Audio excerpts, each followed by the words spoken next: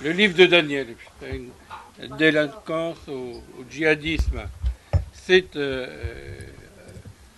bien sûr, je suis très heureux d'être ici, d'entendre des échos assez circonstanciés de lecture personnelle que chacun fait.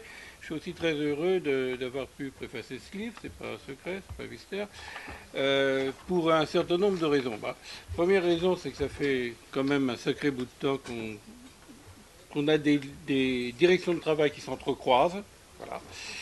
Et la deuxième raison, c'est que ce livre héberge une pensée qui va de chapitre en chapitre, ne jamais nous laisser en paix, là, et qui situe assez justement toute la complexité d'un phénomène qui nous, qui nous accable, qu'on puisse dire, hein, et qui parfois a trop été réduit sur une métapsychologie, voire sur une psychopathologie ou sur un sociologisme.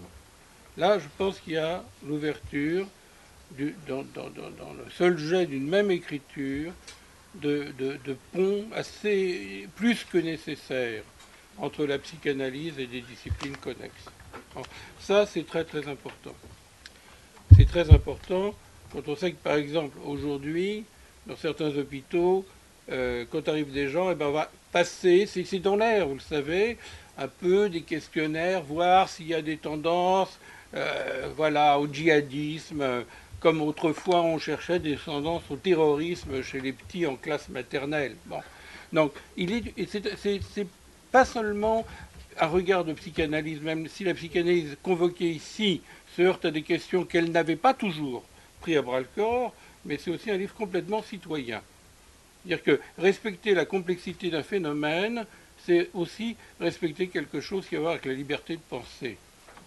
Ça, le livre est tout à fait à la hauteur. Alors, je voulais aussi parler des qualités de style, parce qu'il y a un style chez Daniel, un style vif, un style incisif et un style engagé. Il n'y a pas d'esbrouf, il n'y a pas de coquetterie, il n'y a pas de petits machins comme ça pour faire joli. C'est un style qui est à la hauteur de l'inquiétude de l'auteur et de notre inquiétude contemporaine. Et ça, c'est très important. Parce que Daniel a travaillé à la PJJ, à la protection juridique de la jeunesse. Hein? Judiciaire, oui. Ah oui, judiciaire, pardon.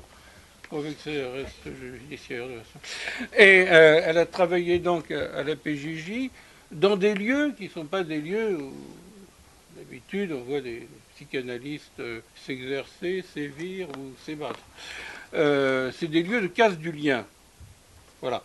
C'est des lieux de casse du lien où surgissent des nouvelles passions pour des discours de légitimité qui ne viennent pas de ce qu'on pourrait appeler notre contrat social ou notre pacte social.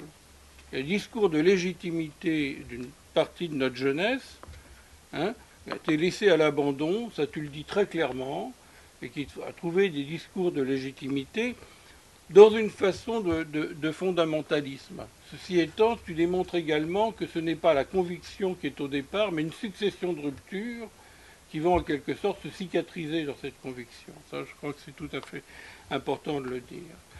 Donc il n'y a aucune raison, par exemple, de s'étonner que les candidats au djihad ne connaissent pas le Coran. La question n'est pas du tout là. Du reste, il leur est demandé, dans les nouvelles offres sur le marché, non pas d'être des pseudo-théologiens ou des théologiens en herbe, mais peut-être d'avoir été délinquants, d'être encombrés par cette délinquance qui va trouver un sens, parce qu'après tout, ça va être rebaptisé guerre contre l'Occident. Et ça, c'est très important de le noter. Là où tu travailles, ce sont des lieux où ce qui fait généralement notre tissage dans nos rapports aux plus obscurs de nos passions, l'amour, la haine, l'ignorance, hein, rapport aux plus obscurs de nos passions, il peut y avoir quand même des go-between, des allers-retours très sages de l'étrangeté et du familier. C'est-à-dire qu'au fond, ce qui se passe là, c'est autre chose. Ce qui se passe là, c'est la mise en place de clivages entre l'étranger et le familier. Et tu démontres sans pesanteur et en prenant le temps de le faire. C'est un livre qui est exigeant mais qui est amical pour les lecteurs parce qu'il prend le temps Il prend le temps de nous amener à penser avec toi. Tu prends le temps au fil des pages, ça se déplie, à considérer au fond que dans un monde où il n'y a pas tellement d'inhibition et peut-être plus de désespoir que d'angoisse, eh ben, la fabrication du symptôme, elle passe par le passage à l'acte, par le débordement. Ça, c'est tout à fait important. Aucune perspective culturaliste. Aucune perspective culturaliste ici ne vient torpiller ton livre dans quoi que ce soit, disons, d'une lecture ethnique ou ethnologique des banlieues. On est débarrassé finalement de cette fascination, comme dans les livres d'Alice qui est là, de Cherki, on est débarrassé d'une fascination pour les banlieues comme la nouvelle jungle, voilà, où les anthropologues rentreraient dans les banlieues comme autrefois, ils arpentaient les rives du lac Victoria à la recherche de quelques improbables cannibales. Voilà, c'est terminé. On ne peut plus tenir cette position de fascination horrifiée pour la banlieue. Y compris même ce terme de banlieue ne veut plus dire grand-chose, puisque ça témoigne d'un délitement du lien qui est au cœur de chaque cité. Il n'est pas dans tel ou tel coin de la France qu'il y a un délitement, il y a une casse sociale, il y a des passions funestes, dont des passions antisémites très très graves, mais la casse du lien social, elle est là, elle nous interpelle en tant que fabricants de liens sociaux dans notre travail de psychanalyste. Ça, c'est la valeur éthique de ton bouquin. Elle est absolument irremplaçable. Tu nous épargnes aussi de radoter sans cesse sur le terme de radicalisation, ou pire encore de déradicalisation, quand on sait que maintenant, radicalisation ou déradicalisation, c'est mis au service d'une politique qui n'envoie finalement sa rationalité que dans le cantonnement d'une espèce de psychologie du comportement.